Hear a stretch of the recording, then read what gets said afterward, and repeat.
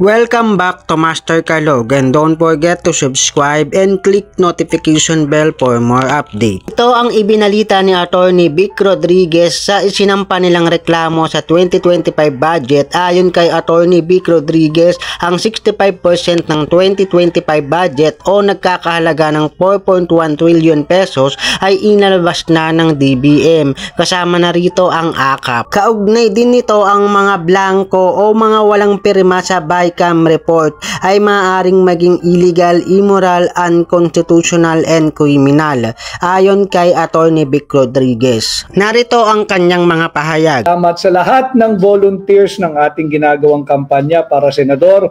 Maraming salamat po sa lahat ng inyong oras, ng inyong malasakit, ng inyong pagsisikap at pagmamahal. Hindi po para sa akin, kundi para sa ating bansa. Ako lamang ho ang instrumento na makamtan natin itong posibleng pagbabago ngayong 2025. At yun nga ho, maraming beses ko nang nasabi na bagamat tayo'y kumandidatong independent kasama ang hakbang ng maisog at ngayon ay adopted na ng partido ni Pangulong Rodrigo Duterte, Pilipinas, Duterte pa rin, ay higit pong gumaganda yung ating ginagawang kampanya. So maraming salamat po sa lahat ng patuloy na nakikiisa at sumasama po sa atin. Nagpulong po kami kanina ng mga abogado at nagpaplano ano yung mga dokumentong papamarkahan at isusumite sa Korte Suprema para po mas mapabilis yung gagawing oral argument na nakaschedule po sa April 1. At magpupulong pa rin po kami bukas, kami po mga abogado ninyo. Tatandaan po ninyo itong kaso natin sa Korte Suprema, yung petition for certiorari and prohibition, ito po'y kaso ng bawat ordinaryong Pilipino. Ito po'y kaso ng mamamayang Pilipino sapagkat ang linalabanan po natin dito ay yung illegal, invalid, anomalous, immoral, and unconstitutional 2025 budget na dinidescribe nga po natin na kriminal. Sapagkat wag nating kalilimutan yung Bicameral Conference Committee report na naging pundasyon at basihan ng ating 2025 budget ay panay blanco. 28 items ay blanco, nagkakahalaga ng 241 billion pesos. Pinagbigyan na rin po ng Korte Suprema yung ating hiling na makapag-issue ng subpoena o i-produce yung original copy ng enrolled bill. Hindi man po subpoena ang in-issue pero inatasan po ng Korte Suprema ang mga respondents sa kasong ito, yung Office of Solicitor General, na i-produce yung kopya ng enrolled bill. Importante po kasi yun para makita talaga natin na mula doon sa mga blankong Bicameral Conference Committee report, kung meron bang mga halaga na yung mga iniwan na blanco. Kasi babalik po tayo doon sa ating basic premise. Blanco yung final, approved, ratified, and filed, and signed Bicameral Conference Committee report. Pag blanco yan at merong halaga na nakalagay doon sa enrolled bill, sino yung naglagay ng mga halaga dyan? Yan po yung ating hinahanap. Kaya sinasabi nating unlawful, illegal, invalid, criminal itong 2025 national budget. Kaya po natin iginigit criminal yan sapagkat merong makakating kamay ang nakialam at naglagay ng halaga dyan sa mga blanco sa BICAM report. Yan po ay kung merong halaga doon sa tinatawag na enrolled bill. Yan po yung ating gustong malaman. Ilang araw na lamang, by Wednesday makikita po ng ating mga abogado dito sa Korte Suprema kung ano yung sinumite ng Office of Solicitor General. Sapagkat alam mo ito ng mga abogado at nag-aaral ng abogasya. Lahat po ng law students alam ito. Pagka meron kang submission sa court, automatic kung anong isasubmit mo sa korte, mapa RTC, mapa MTC hanggang Supreme Court, dapat bibigyan mo rin ng kopya yung petitioner, yung nagdemanda sa iyo. In this case, tayo po sa ngalan po ng Sambayan ng Pilipino. Subalit, hanggang sa ngayon, hanggang kaninang nagmi-meeting po tayo ng mga abogado, wala pa pong kopya ang petitioner, tayo po, mamamayang Pilipino, kung ano ang sinumite ng mga respondents sa Korte Suprema. Yan po yung update sa ating kaso at by Wednesday, before Wednesday, magfa-final po kami kung sino-sino ang mga abogadong mag-argue sa April 1 dyan po sa Baguio. Malalaman din po nyo yan.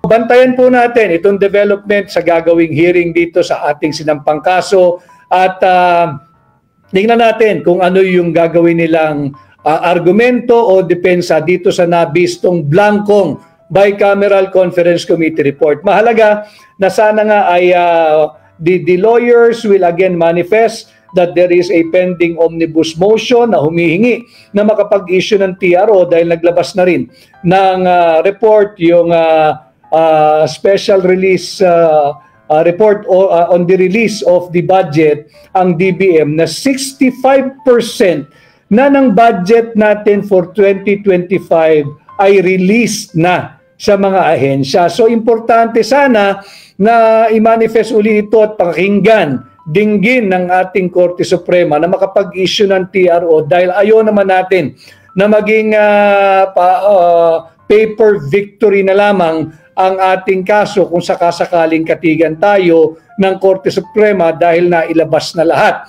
ng pera ng gobyerno. Although kung sakasakali po na madedeklarang unconstitutional ito at nailabas na lahat ng pera, meron naman pong remedyong kriminal.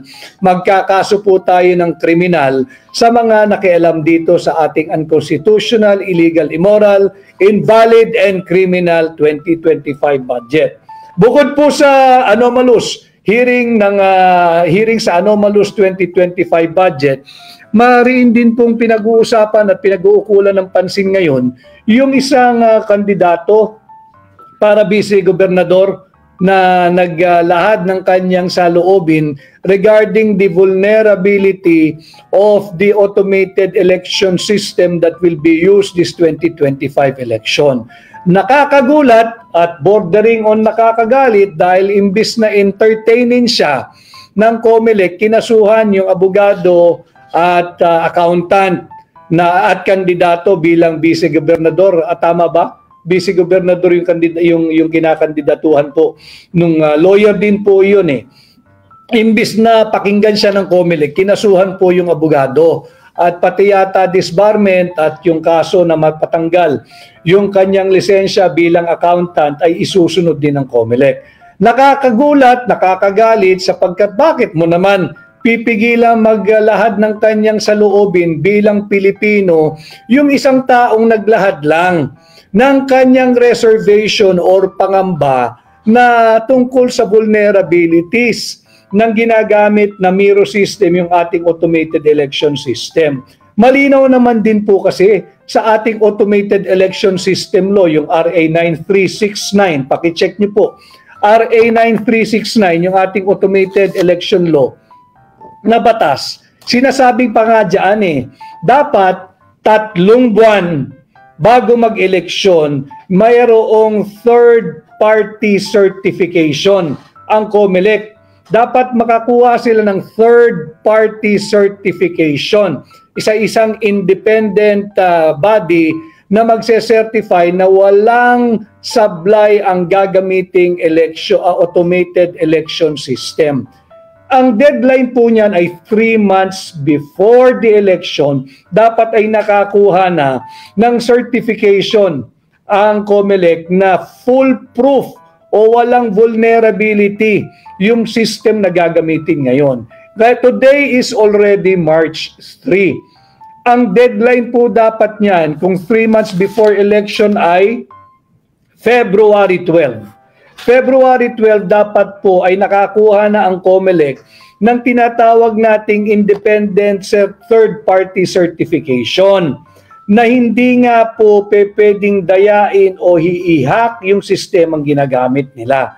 Hanggang ngayon, tahimik ang COMELEC kung bakit wala pa silang third-party certification. Dapat ito yung sinasagot nila. Magandang napapag-usapan sapagkat related po ito doon sa inilabas na saloobin nung abogado ating kumpanyero na kinasuhan ng unlawful utterance yata ang kinaso, hindi libel unlawful utterance ng COMELEC. Bakit mo kakasuhan yung tao? Nagpapahayag lang naman siya ng kanyang reservation sa ginagamit ninyong sistema ng Miro. Dapat yan sagutin.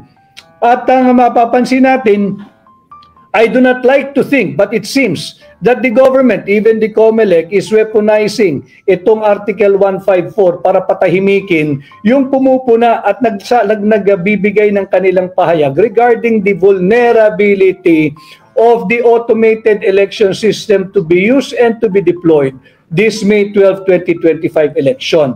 Dahil ayon nga po sa RA 9369, yung ating automated election system law, dapat yung gagamitin mong sistema ay nagamit na ng at least 2 beses sa isang automated election system din. Meron itong proven track record, proven capability na hindi madadaya yung sistema. Ang tanong, ang Miro ba meron ng proven track record? Baka bago-bago nito, kaya mahalaga yung tinatawag natin na certification mula sa independent third party. Kinakailangan may certification mula sa independent third party na walang vulnerability o hindi prone sa dayaan o hindi madadaya ang gagamiting automated election system. Nakakagulat dahil nagalit ang COMELEC doon sa unang nag-question nung sinasabi nung abogadong vulnerability ng system use. Siya'y nagpapahayag lamang at wala akong nakikitang unlawful utterance doon dahil hindi naman ito damaging sa gobyerno.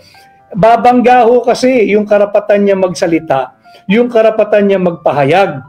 Yan po ay may garantiya sa ating konstitusyon at yan po ay mas nangingibabaw kesa dito sa tinatawag na Article 154 of the Revised Penal Code, yung unlawful utterance. Alam mo ninyo kasi yung ating Revised Penal Code, nagmula pa po yan sa Kodigo Penal ng Spanish So baka itong Article 154 ginagamit nung panahon pa nila Padre Damaso para hindi po ma-criticize yung pamunuan nung mga nanakop sa atin nung araw. Subalit iba na ho ngayon.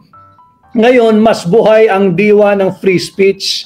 Yung abogado, I hope you can get the name of the lawyer. I forgot the name of the lawyer. Yung abogadong yan na nagpapahayag lamang siya at yung kanyang sinaba ay covered by free speech that is guaranteed by the Constitution. Dapat sagutin ng COMELEC. Meron na ba kayong certification mula sa independent third party? Dahil mahalaga po na may certification yan 3 months before the election. Ang deadline po ng certification mula sa independent third party dapat ay February 12 pa. Ngayon ay March 3 na. Nasaan na yung certification mula sa independent third party? Ito yung karugtong ito nung naging revelation o pagpapahayag nung abogadong kinasuhan ng COMELEC.